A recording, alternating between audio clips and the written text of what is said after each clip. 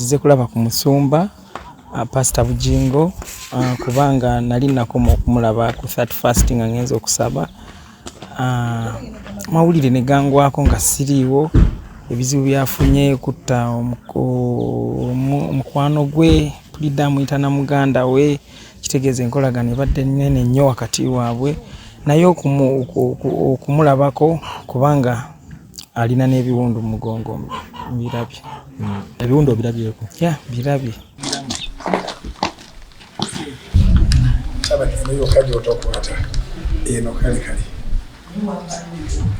Banne bannayuganda mwena abafanzi ba David Lutalo balamusizaako nnyo ya nti mbaagala nnyo. Eno oliwa? Ya nzize kulaba ku musumba Pastor Bugingo kubanga nali nakoma okumulaba ku 31st nga ngenze okusaba mawulire ne gangwako nga siriiwo ebizibu byafunye kutta omukwano gwe pulida muyitana muganda we kitegeeza enkolagana ebadde nnene nnyo wakati waabwe naye okumulabako kubanga alina n'ebiwundu mu mugongo mbirabye. Ebiwundu obirabyeko? Ya, birabye.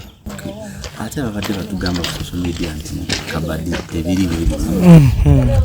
era abantu bo okwogera tekigenda kuvaawo kubanga tekyatandika leero ate sitteeka nti bw'oba okola bulungi buli omu alina okwagala eryo ddyo sitteeka. Yesu yakwatanga enfufu n'awonya abantu amaaso naye ate ne bamukomerera kati so okukomererwa kwonna kwonna kwe tubaako abantu kwe batatusuubiriramu kuba nange bankomerera nga sirina gwe nali nvumye sirina gwe nali nkoze kintu naye ne bakomerera tekitegeeza nti bw'oba okola bulungi mbu buli omu alina okukwagala. David, mwali wamu ku 31st twakulaba ku Vision Night Kananani naye nga wakayitawo olunaku lumu amawulire ne gajja omuliro otya nga gakakufu nawo wagafuna sakkiriza neŋŋaana nga mmanyi bintu bya social media ng'era bulijjo we bibeera paka ennabyemala okubiraba ate era ku Soul TV ndyoka nkakasa nti bituufu. Saaliwo nali ndi mu byalo eyo kyova olaba naluddewo okujja okumubuuzaako waliwo obuweereza obulala bwe nayina ng'ate bwo tebulina excuse so nensooka maliriza biri eri ebyaba clients then ndyoka nzija. Recently twalabye era ka video nga tunatuuka kubaka obusasira family ya Richard twalabyeko ku social media okwo nga waliwo omuntu akwefaananyiza yayimba akayimba ate nga kalinga akali opposite. Naye kyenyinza okugamba abantu nti nze omuntu newe nandibadde sikwatagana naye sisobola kuba kati pastor ye mukwano gwange musumba wange ekitugatta kunoonya Katonda ekyo ekintu ekitugatta era ekyangatta ku pastor kunoonya Mukama Katonda kunyambako kwerula kkubo erisobola okuntuusa ewa Katonda kubanga kyekintu kyensinga okwagala obutasubwa nga nvudde kyensi ebirala byonna byonna ne binyimibwa nesimibwa ggulu so abantu bonna abasinga bendabamu ekkubo erisobola okuntwala eri Katonda nfuba okulaba nga mbabuuza mbeekubako okulaba nga nyambibwako ku lugendo olwo. Kali akantu ko kampisa bubi nnyo era Katonda awo omukisa oyo omwana yakakola kuba yenkola yange omuntu atanjagala musabira mukisa kubanga kabutemu nnyo tosobola vuma muntu magufu omuntu ali mu bulumi ali mu yeetaga osaasira ate n'okola ki n'obanga amuvumo oba asanyukira obuzibu bw'aba alimu ate si kyekisoose nkimbye ne mu nnyimba nnyingi ng'ensi yaffe si bwetyo nabiyimbadde ebyo nti si kirungi obutemu busigazi bwe bali batalabaani si ffe tulina nga mbuuza nti twatandika ddi okweteekera kamyu mu doodo omanyi kamyu asiiwa abalagala nnyo ate doodo bamulya byonna bya green so omulala asobola okubitabika awamu kati yenkola eyo bwetyo ngivumirira kuva dda. Obubaka obukubagiza family ya Richard omugenzi nti Mukama abagumye Bambi tetusobola kugamba nti nti tumanyi kye muyitamu kuba mmwe mukimanyi mwe bennyini bekyatuuseeko ne tumanyi nti awaba okufa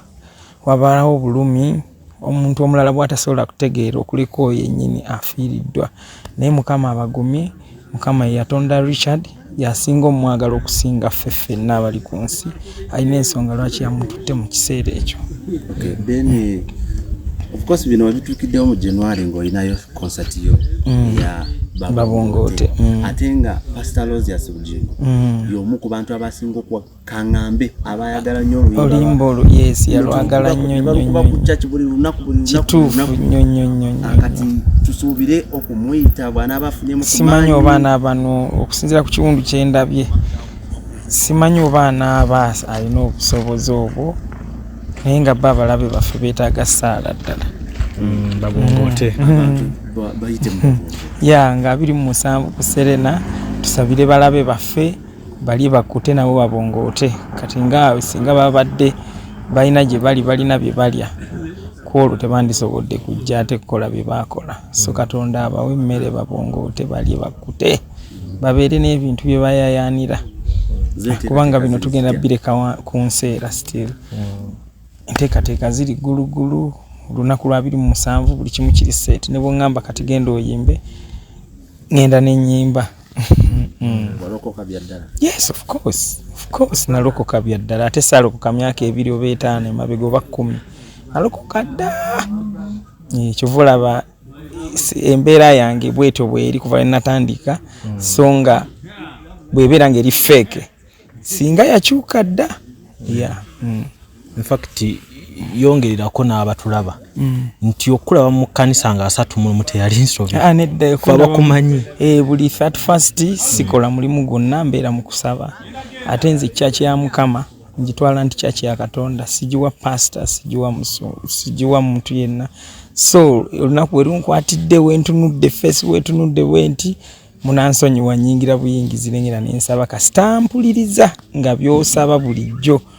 birina ekkubo lye bintwalamu ekkubo linasosa okwogera nti lya muggulu. Morris Cakes and Events Limited bakola cakes eza birthday okwanjula baby shower bridal shower mu buli design yonna gy'oyagala traditional cakes n'ebika ebirala kosa n'okutegeka emikolo ne girabika bulungi. Basangibwa wa Kaliga okumpi n'akatale k'aba veteran ku namba z'essimu z'olaba wansi awo ku call ne WhatsApp kola order keke kutuukako yonna gy'owangaalira. Nkujjukiza gwe omulungi atulaba nti tuli ku Farukwa Sons batunda ebintu ebikozesebwa mu nnyumba byonna oyagala bibajje bitanda dining oyagala ntebe ennungi za class ziriko oyagala wardrobes ez'omulembe oba oyagala duvet bed covers ez'omulembe oyagala kibitanda bine bitagwamo bitagombe bitalumya mugongo byonna Farukwa Sons basangwa kibuye ku Ntebe Road bali opposite ne Petroske okumpi ne Keti Motors genda obakubire kusima namba za simu ziri wansawo yogerako nabo jango lambule jango gule. Amanya yenze Nyondo Rosette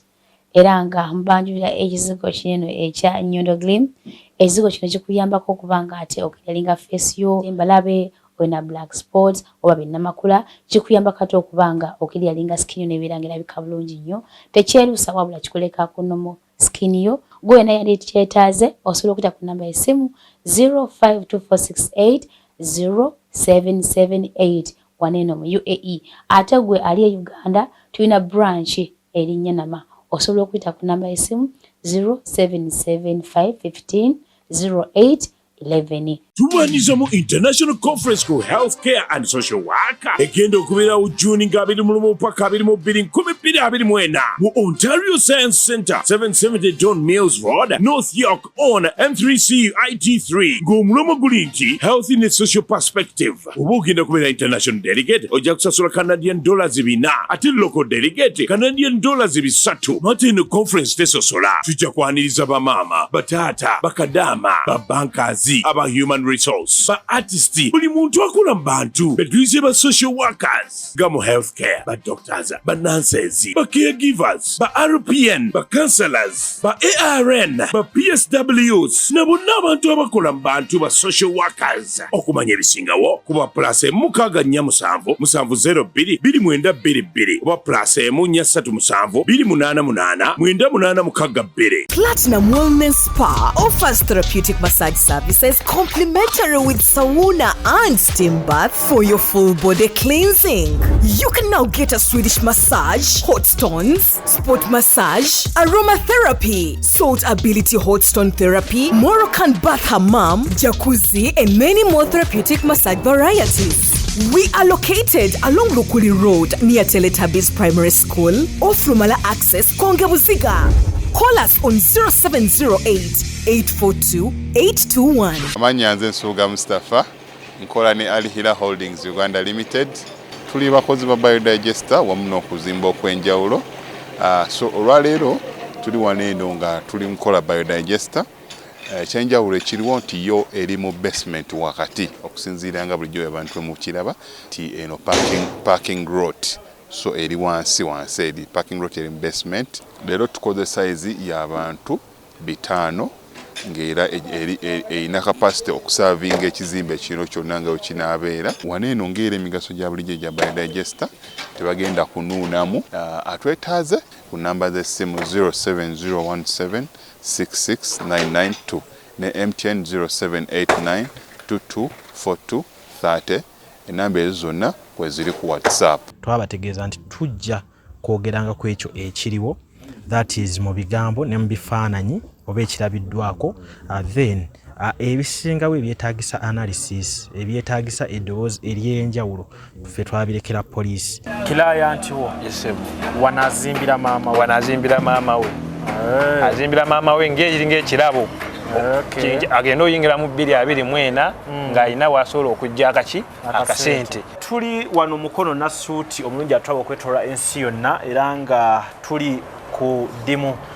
erigenda mu maaso wano bali mu kuzimba ennyumba y'amaduuka era nga tuli n'aba Regional Construction Company. Muganda wange Ashraf ndi naye ku ground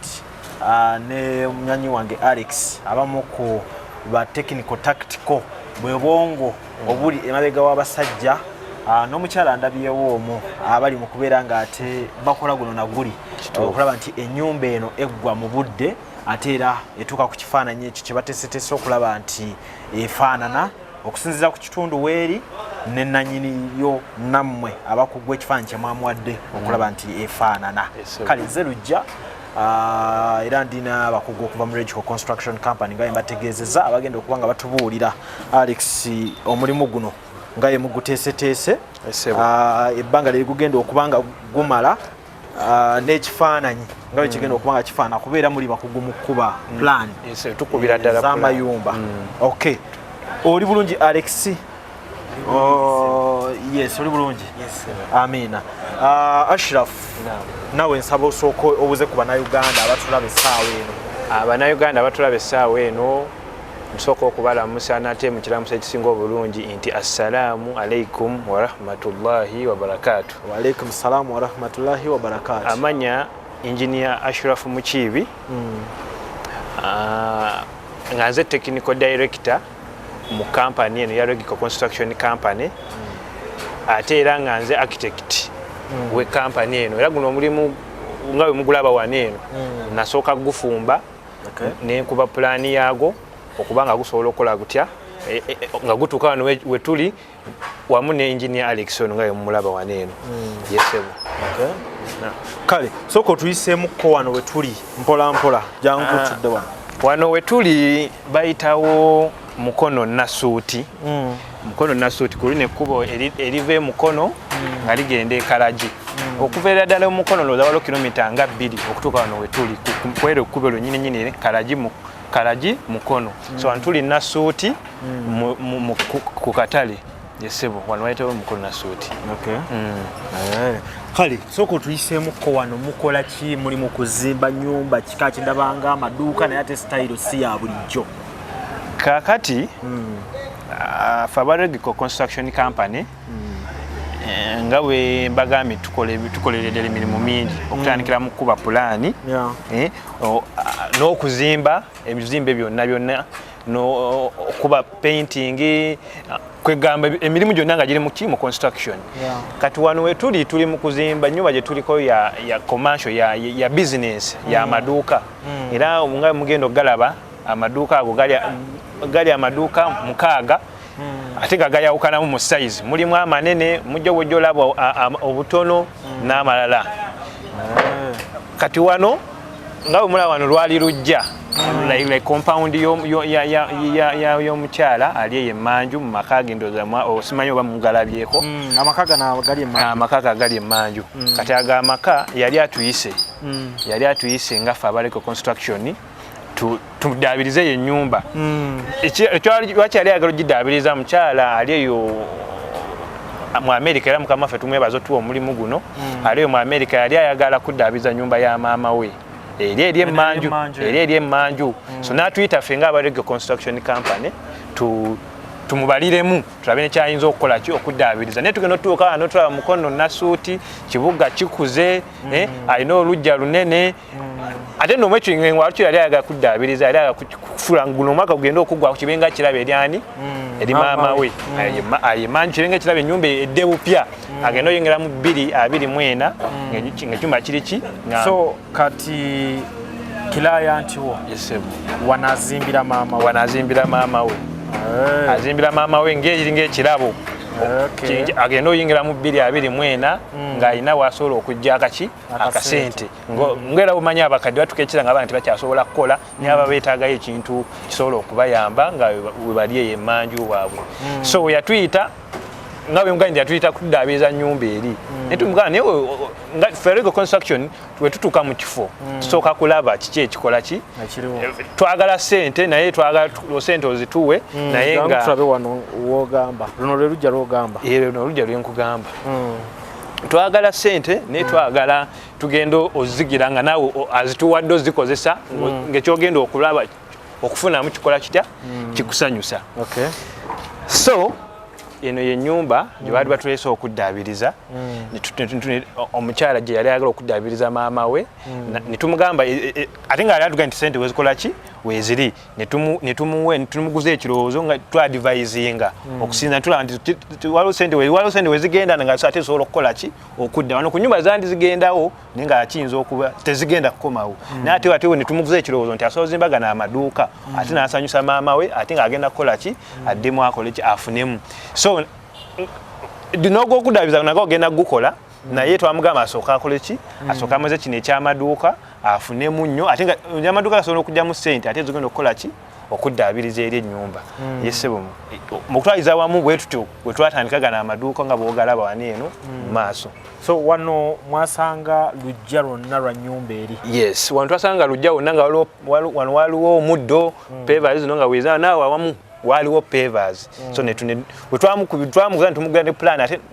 ebiseera ebisinga tutanga omuntu tumuguza ekirowoozo tuna kye tumuweerako tugaye nga ka plan n'akatunulako n'akalaba naga kusinza n'afuna picture kiki kyekola ki kye tumunnyonnyola esebo ennyumba ero nga bw'ogirabaawo gye tugenda plan yayo twagimala eri enkadde era nga omanyi nti omulembe guno gugenda gukyukakyuka ebipya ne bijja ebikadde ne bivaawo kati ennyumba era nga bw'ogitunulidde bulungi mu mulembe gwayo yali nnyumba nga yeyimiridde naye era nga gayo omulembe gukyuka akasente kaaliwo oba weekali otunulira ekikomera anotunulira engeri gye bakolamu olujja lwabwe n'ennyumba engeri gyefaanana babeera ssente weeziri so kati ennyumba eyo nga era tugenda nayo giddaabiriza plan yayo twagimala tugenda akasoda kutwagala tukaggyeko tuteekeko akali modani bw'oba ogitunulidde bulungi mwali mwe bataateeka biimu kuva olaba nnyimpimu bagiyimpa ne batateekamu biimu ebyo tulina obikola tuteekemu biimu eddemu tugisitule waggulu ebere ng'eri waggulu eddemu ebere ng'eri ku mulembe gwa wano si yonna tugenda gijjawo tugenda ku modifying tugenda kyusiza eyo mu yo edde bupya naye nga mu yo yonnyini nga bweri naye nga tugikyusizza nga tutaddemu ebintu ebipya ebitugana n'omutindo guno ekyasobola okubeera ey'amaka mu kifo kino engeri gyekikyusemu engeri gyemutaddemu kati amaduuka ekyasobolera ddala kaakati ennyumba nga bw'ogiraba ekyasobola okuyimirawo ng'ey'amaka twandibadde ntumugamba nti gijjeewo oba wonna teekawo amaduuka naye tanafuna kirowoozo ekyo nti kola ki ennyumba yeveewo naye yo kyasobola okuyimirirawo nga bweri era twali tumadde n'ekirowoozo bano abamaduuka tebamuyingirira kati nga bwolaba wane n'olaba geeti eyo wano wonna twali tumuwadde ye yali ayagala geeti eyo esigalewo kuba geeti kyali kikomera kisaakaate kyali kisaakaate ng'ennyumba eri munda yali ayagala geeti eyo esigalewo naye nga tugenda kumenyako wali nga tunatumaliriza wakumenyebwa wano maaso ekisenge kiveewo omuntu abe nga amaduuka agalaba bulungi ng'aliwa ku kkubo so ng'ayagala nti wetumala okumenyawo wano tuzimbeewo wano wasigale nga waki nga kkubo lyo limudde eno nga libadde nnyo kyovola twamuwadde n'ekirowoozo nga twagala nti wano nga wali awanene nti walinga fuuti 3 nga twagala tukendeezeeko geeti eyo tugiseetule infact nege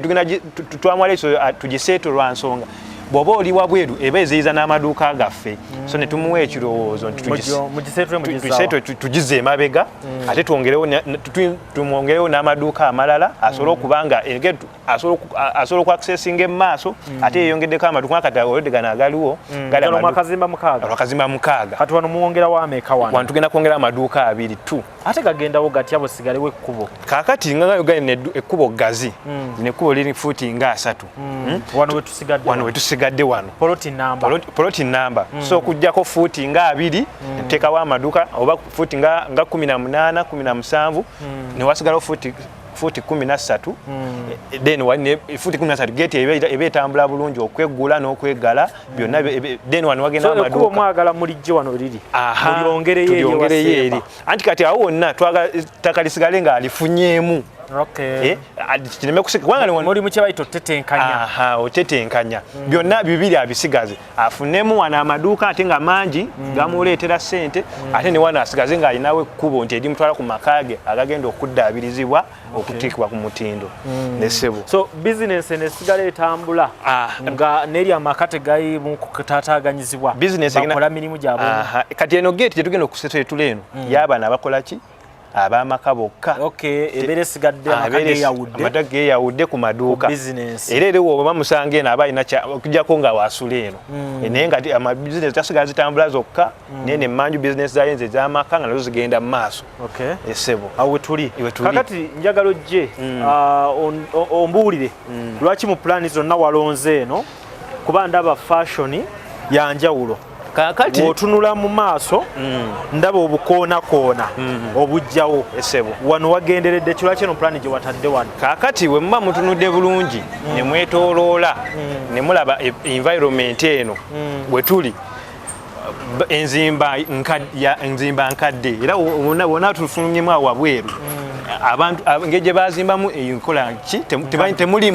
temulimu kisikiriza manyi naku zino abannayuganda twagala nnyo ebisikiriza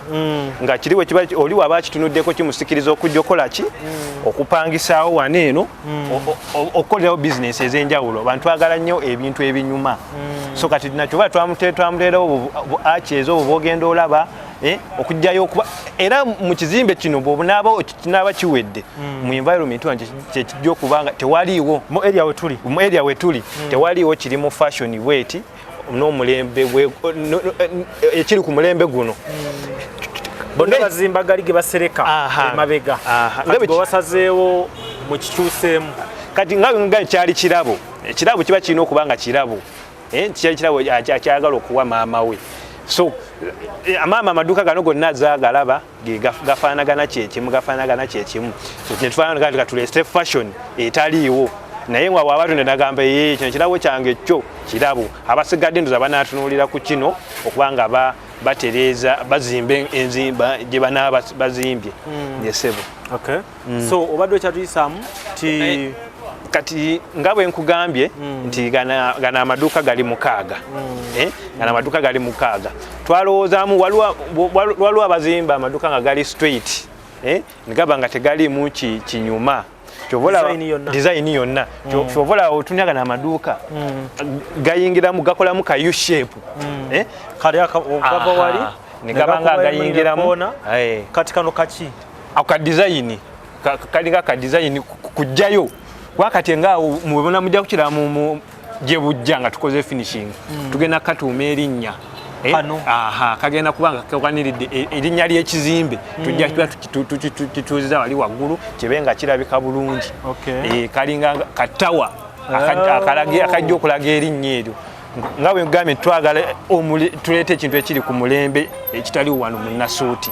esebo so wano mu maaso ye boxi kati ene nyumba tugiserese mu boxi mu ngeri nti amabaati kwegali naye tegakola ki tegalabika twaserese nga gayiwa eri emmanju ne tugabika erula okujja nga bwe ngambye nti okukyusa mu nkola eriwo ate first of all kirina engeri ekikekkerezaamu naddala mu nkola yaki y'amabaati oyinza okwebuuza lwaki nnaku zino box efuuse box mu ngeri y'okukekkereza kyovula twamuserekedde box abenga amabaati tatutte mangi okugeza wano twakozesa amabaati 75 kino ekizimbe kyonna abakubanga tutereseza mwamba gwandugezeko amabaati nga 15 okukonna kyovula twaseza box tukegezeko okukekkereza ate nga tumuwa ekintu ekirungi yesebo kati gabyo ngambye nti gana amaduuka gali 6 era obo nabo gatunulire gali mu size ez'enjawulo mulimu amanene agali side ne side go maneneko kusinga n'amalala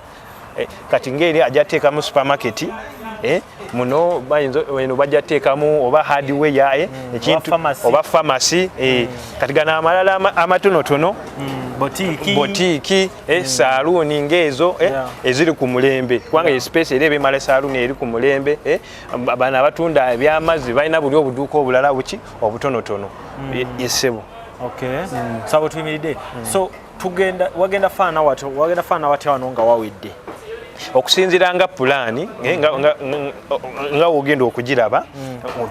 ojja kukiraba naye guno omulimu nga bwe yali nti kyabwangu yali ayagala nga guno omwaka gugenda okuggwako ngakolaki eri process yokuba pulaani y'emmanju yeyakeereesaamu naye yali ayagala guno omwaka ngugenda okuggwako nga kino ennyumba ekoze etya kyobulaba tuli speed tugikolera ku speed ya waggulu kyamukisa mumbi nti kiyinza obutasoboka olw'okuba nti twakitandikamu leeti kubanga twatandika mwezi oguwedde nga 15 Novemba tutegeeza wano we tuli twakamalawo omwezi gumu ku guno omulimu twagala kubiitinga naye tunaba latest January nga ggwako eno ennyumba abenga esobola okubanga eweebwa mukadde ng'ekirabo kye atandika okugyamu ssente ze mpola mpola nga bwe nabagambye nti ffe twali tuzze wano kigendera kya kilayanti waffe yali ayagala kusanyusa maama we mu kuddaabiriza ennyumba etya eri ey'emmanju mwe baakulira naye nga ne tumutunza nga tugamba engeri ekifo we kyakula ate asobola okumuwa ekirabo ekisinga okukola ki okuddaabiriza eri enju agenda tuka ku mazaalibwa ge nga ayina ekirabo nga ngambye ekiyimiridde ekisingako ate okukola ki okuddaabiriza nga byenagambye tikiri tuwe nti kino ekirabo kyamuwadde ate agenda kuddamu akola atya akifunemu ssente so kati kitegeeza eno ye egenda kuleeta ssente agumule ng'akola ki ng'akyayingiza natunulamu nga naba ekyo kirabo kiba kya muwendo nnyo okusinga nakiri kiba kyanjawulo nti kirabo ate mu bukadde bwe ate ayingiza naye ye akyalaba bulungi ebintu waliwo muwa abapangisa ne bamusumbuwa abiraba bulungi ng'atudde mu nju yasinga ajja kusobola okumanejinga kubanga era alina abaana abo bonnyininyini abo bajja kumuyambangako waliwo abamuliko abajja okumuyambangako mu kubanga bazisolooza naye kennyinyi nga woogambye nti 75 aba akyalina embavu anaaba akyasobola okyekwasagaanyiza esebo atleast tayinza noonya zimujjanjaba ne zibula kituufu nga tutunulya endwadde z'ekikulu that is wabanga alinayo yonna obulwadde omusoomooza kale mutukoze bulungi okuba nti bwe tujjidde wano tulina kye tulabako omulimu mulungi ngera bwe tuze tutambula n'Aboriginal Construction Company bwe tutuuka tusanga balina enjawulo gy'aba bakoze era mu njawulo eno ye wava abantu ne babawa emirimu egifaanana bwe giti ne babeesiga so twongera bategeeza nti enamba za logical construction company ziri wansi awo mwongere okubeera nga mubettanira mubawe emirimu mukolagane nabo ababeere nga ate babakolera ebintu ebirungi bwe biti batandikira ku plan tutandikira mu kuba plan ate nga tunatukana ku plan waliwo abantu abasinga kyebeerabira kye bayita site survey site survey yejjamu ebyo byonna okuwanyisiganya ebirowoozo nti kati wano kola bwekiti nti nti ennyumba eno ogisobola ogiddaabiriza ate wano osobola okuzimba ebyo byonna tubikolera mu site survey okujja okulambula awo site gy'oyagala betusookirako ddala nentuuka tujja ku plan wetumala okuba plan netukubaliramu ebiseera ebisinga ffe package yaffe ey'okuba plan kubaako site survey kubaako kuba plan kugifulumya ku blueprint n'okujja approvinga ne kubeerako n'okuwa embalirira nti ekizimbe kyo nti oba okuva ku musingi mpaka ku wall plate kitumala amabuloka bwe gati nti oba roof ejja kutwalako sente weziti ebyo byonna tujikuwa mu package eri gye tuyite yaki eya plan so era nyongerera okwebaza abakiriyanti baffe abazze batuwa emirimu nabo bonna abazze batugoberera nga tubaganga tuwunzika guno omwaka ate omwaka ogujja tetuleeta mu ngeri y'okwebaza tugenda kuba tulina engeri gye tugenda okuba nga tuwamu ebisale byaffe tugenda okuba percentage tugenda biwewula nti waki tubiwewula nti twebaza bakiriyanti baffe n'okusobozesa ffe abamu abali agadde okukolagana nammwe n'okusobozesa abalala ogwo mwaka 2024 basobole okuba nga betuusaako ekintu oba kifaanagana nga kino oba ekisingako wano oba maka oba ki omwaka ogujja era tubakubiza abakiriyanti baffe mwenna mwettanire nnyo Logical Construction Company tugenda kukyusa embeera ngeri abantu gye bazimbiramu yesebo namba zammwe z'essimu zeeyogerere wadde we ziri wansi awo kakati ffe aba Logical Construction Company tusangibwa Kabalagala era muntu yenna yenna amanyi ku St. Janani ekabalagala ku St. Janani awo oba otuuse ng'otukubirako ng'ojja nga tutwesa wetusangibwa ekabalagala ku St. Janani St. Janani eri Kabalagala kikuba mutwe so tuuka awo aba Logical Construction Company oba otufunye enamba zaffe ez'essimu eya Airtel eri 0757 16 0588 0757 16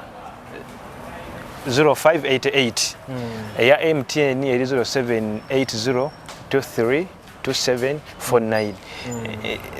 zonna ate namba mwatu zonna ziri ku WhatsApp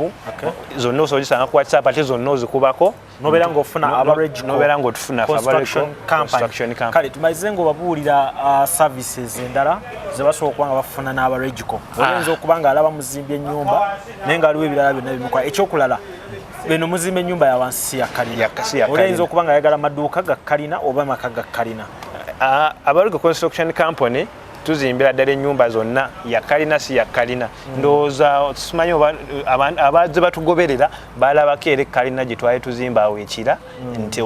tuzimba amakalina ne tuzimba bangalo kasitaba nga kuzimba naye obusiisira bonna tubuzimba tukola renovation kwe kusanga ennyumba yo nga ennyumba eri awo noga nti oyagala giddaabiriza kugizza ku mutindo era nga boolabye eri wetugenda ogikola ne tupevinga kupaintinga byonna nga Logical Construction tubikola okuba plan architectural structure mechanical electrical ezo zonna plan zonna zikubibwa zonna tuzikuba mu Logical Construction Company yesebo waliyo ebintu ng'okusima enzizi biodigester ebyo byonna kusima biodigester kati era nene kino ekizimbe kyolaba wadde okira kya kamasho naye era tugenda kiwa biodigester emigaso y'abantu abamu gye bamanyi